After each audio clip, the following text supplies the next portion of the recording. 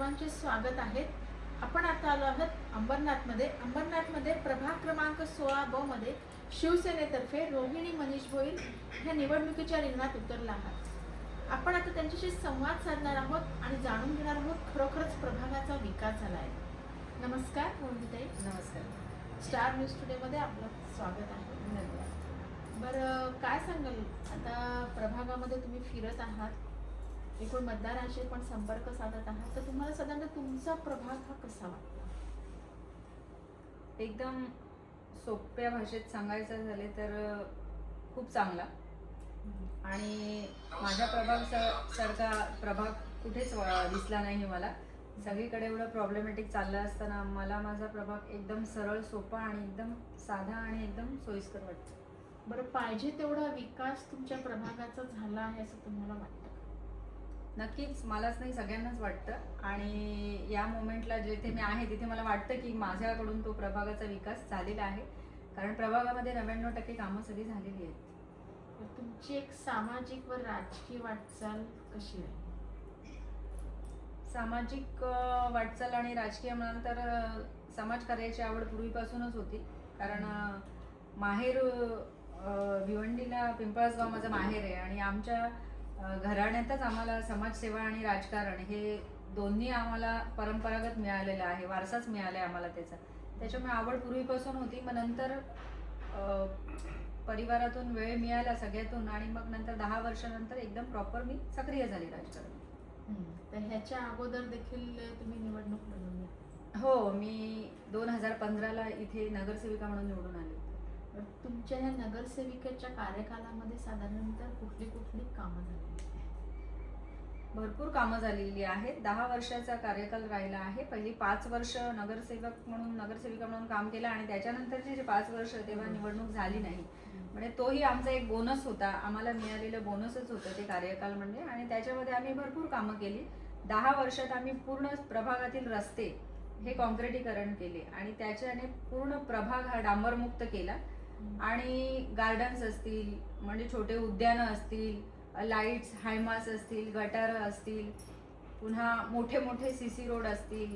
आता बी केबिनच्या नाल्यावर आपण मोठं काम केलं, नाल्याचं काम केलं, जिथे पाण्याचा खूप प्रॉब्लेम होत होता, जिथे बिल्डिंगमध्ये पाणी जात होतं। अशी भरपूर विकास कामं झालेली आहेत। म्हणजे तुमचं भिवंडीचं माहेर आहे ना, तिथून तुम्हाला एकूण सामाजिक व राजकीय राजकारणात यावंसं वाटलं, त्यामुळे तुम्ही आज निवडणूक लढवीत आलात? नक्कीच। बरं, आता तुमचा प्रभाग हा नाही म्हटलं तरी बराचसा स्लम आहे, त्याच्यामुळे इथं स्वच्छता किंवा घनकचऱ्याचा मोठ्या प्रमाणात समस्या जाणवते, त्याबाबत तुम्ही काय सांगा? कचऱ्याची समस्या प्रभागात स्लम थोडंसं हे आहे, क्रॉस आहे, कारण स्लम खूप कमी आहे माझ्याकडे। आणि जे स्लम एरिया आहे तिथे तुम्ही गेलात तर तुम्ही बोलणार पण नाही की ते स्लम आहे म्हणून, कारण तिथेही त्या सुधारणा सगळ्या पोचलेल्या आहेत। तेही छान प्रकारे राहतात तिथे व्यवस्थित, त्यांना कोणी स्लम म्हणून घेणार नाही। आणि जिथे स्वच्छतेचा कचऱ्याचा विषय आहे तिथे तो पूर्ण शहराचा विषय आहे कचऱ्याचा।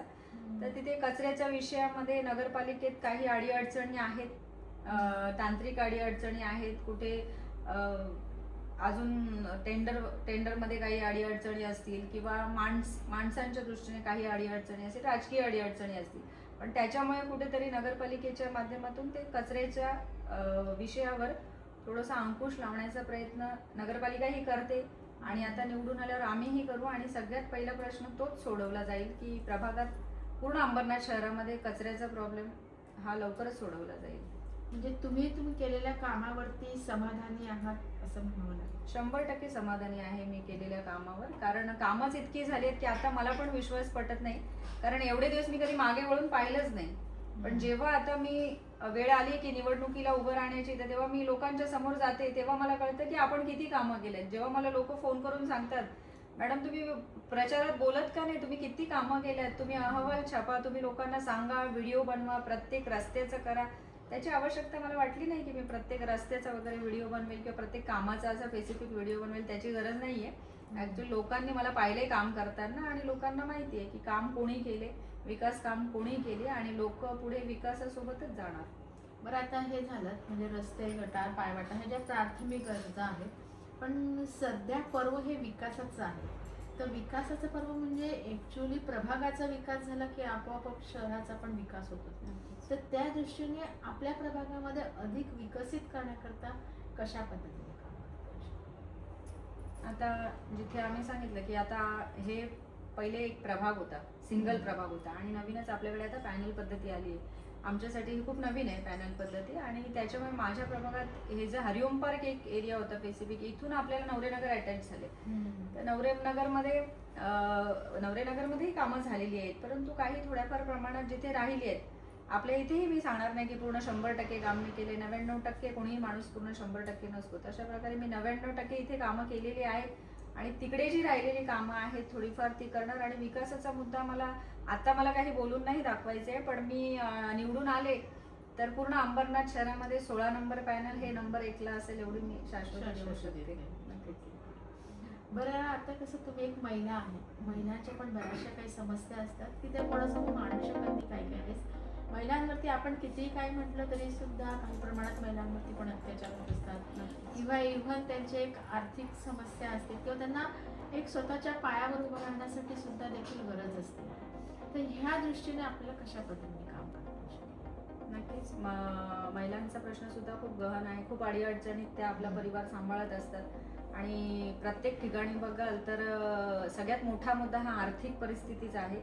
अत्याचार तर होतच असतात, पण त्याच्यातूनही महिला कुठेतरी सावरते, परंतु आर्थिक परिस्थितीचं सोंग आणता येत नाही.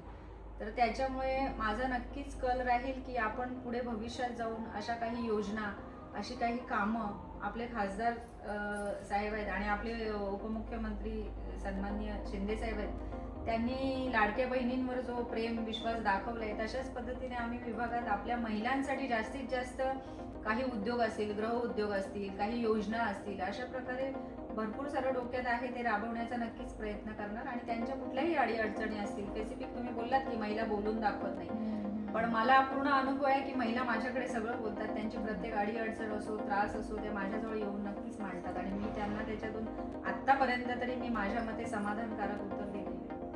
बरं, शिवसेनेचं वरचं नेतृत्व आहे कसं वाटतं? खूप छान आहे. शिवसेनेचं वरचं जे नेतृत्व आहे, सन्माननीय एकनाथ शिंदे साहेब आहेत उपमुख्यमंत्री, आपले लाडके खासदार आहेत श्रीकांत शिंदे साहेब, अतिशय चांगल्या प्रकारे काम चालू आहे. आणि आमचे आमदार पण आहेत सन्माननीय डॉक्टर बालाजी लेणेकर साहेब आहेत आणि शहराचं नेतृत्व करतायत अरविंद वाळेकर आमचे अण्णा. आपले नगराध्यक्ष पदाच्या उमेदवार आहेत मनीषाताई वाळेकर. अतिशय चांगल्या प्रकारे त्यांनी नियोजन आणि शहराचं नेतृत्व केलेलं आहे. एक पक्षाची निष्ठा, पक्षवाढीसाठी खूप चांगल्या प्रकारे काम केलं आणि शिंदे साहेबांचं अंबरनाथवर फार पूर्वीपासूनचं एक जवळकी आपुलकीचं नातं आहे, जिव्हाळ्याचं नातं आहे आणि प्रेम आहे, ते आम्ही पाहिले जवळून. त्याच्यामुळे नक्कीच नेतृत्व अगदी छान आहे आमचं आणि याच्या पुढे त्यांच्यासोबत काम करायला मजा येईल. बरं, आता ॲक्च्युली 2 तारखेला निवडणुका होणार होतात, त्या आता 20 डिसेंबरला होतात. हा जो बदल झाला हा योग्य वाटतं का किंवा ह्याचा तुम्हाला फायदा झाला? जो बदल असतो तो योग्यच असतो असं मला वाटते. पण जो आता बदल झालाय 2 तारखेला जर हे निवडणुका झाल्या असत्या तरी चांगलंच झालं असतं, कारण बऱ्याचशा गोष्टी 2 तारखेशी निगडीत होत्या. परंतु आता जो वेळ मिळालाय तोही आमचा बोनस प्लॅन समजून आम्ही घेतलाय आणि त्याच्यामध्ये आम्ही जिथे जिथे पोहोचलो नव्हतो किंवा एक मतदारांपर्यंत पोहोचलो नव्हतो किंवा काही गोष्टी मनाला रुखरुख लागून गेली होती की वेळच कमी पडला, इथेच पोहोचलो नाही किंवा आपण हे असं केलं असतं तर तसं केलं असतं, ह्या ज्या गोष्टी राहिल्या त्या आता थोडासा एक विचार करायला पण वेळ मिळाला आणि प्रचाराला पण वेळ मिळाला. प्रचाराला पण वेळ मिळाला आणि मतदारांपर्यंत पोहोचायलाही वेळ मिळाला आणि जे कुठेतरी आमचं असं झटकन निवडून यायचं प्रमाण होतं ते कुठेतरी आम्हाला मोठ्या प्रमाणात निवडून यायची संधी मिळते असं मला वाटतं. म्हणजे आता जास्त मताधिक्यांनी निवडून यायचं अशी आशा आहे. बरं, आता 20 डिसेंबरला मतदान होत आहे, मतदारांना काय आव्हान कराल? नक्कीच मी माझ्या सगळ्या मतदारांना सांगेल की येत्या 20 डिसेंबरला आपण आपलं मौल्यवान मतदान हे धनुष्यबाणाला करायचे आहे आणि आपल्या अंबरनाथ शहराच्या नगराध्यक्ष पदाच्या उमेदवार मनीषाताई वाळेकर तसेच नवरेनगरमधून 16 नंबर पॅनलमधून पॅनल क्रमांक पॅनल अ मधून आहेत संदीप अनंत तेलंगे आणि मी स्वतः आहे रोहिणी मनीष भोईर 16 ब मधून. तर आपण सगळ्यांनी आम्हाला भरपूर मतांनी मतदान करून विजयी करून द्यायचं आहे आणि आपलं हे मौल्यवान मतदान हे धनुष्यबाणालाच द्यायचे असं मी सगळ्यांना आव्हान. आत्ताच आपण रोहिणीताईशी संपर्क साधला, त्यांच्याशी आपण चर्चा केली, तर त्यांचं मत आहे की आम्ही केलेल्या विकासावरतीच इथला प्रभाग, इथले मतदार त्यांच्या पाठीशी नक्कीच उभे राहतील आणि त्यांना बहुमूल्य मतांनी विजयी करतील, अशी आपण एक आशा करूया. जय हिंद, जय महाराष्ट्र.